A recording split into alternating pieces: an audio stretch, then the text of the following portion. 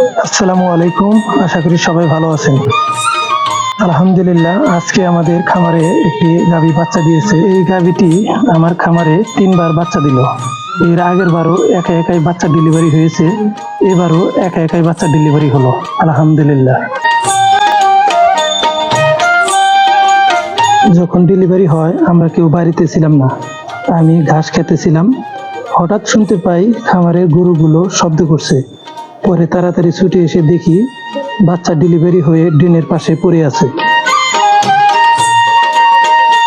আমরা যখন বুঝতে পারি গাভী ডেলিভারি হবে, তার পূর্বে আমরা গাভীকে খামারের বাইরে নিয়ে আসি। বাইরে নিয়ে আসার কারণ, বাছুর কিন্তু জন্মের পরই দাঁড়ানোর চেষ্টা করে, আর দাঁড়াতে গিয়ে ফ্লোরে পড়ে গিয়ে আঘাত পেতে পারে এবং বড় ধরনের দুর্ঘটনা ঘটতে পারে। তাই আমরা গাভীকে বাইরে মাটিতে নিয়ে আসি।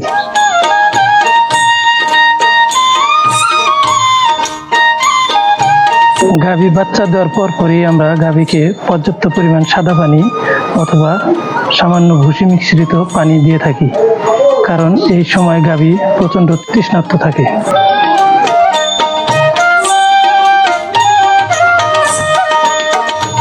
বাচ্চার জন্মের পরই আমরা বাছুরকে তার মায়ের শাল দুধ খাওয়াই। আর কোনো বাছুর যদি দুর্বল হয় তাহলে গাভী থেকে দুধ দহন করে ফিডারের মাধ্যমে বাছুরকে খাওয়াই। শাল দুধে এত পরিমাণ ভিটামিন ও পুষ্টি আছে যা বলে শেষ করা যাবে না। খাওয়ানোর কিছুক্ষণ পরেই বাছুর একাই উঠে তার মায়ের দুধ পান করবে ইনশাল্লাহ।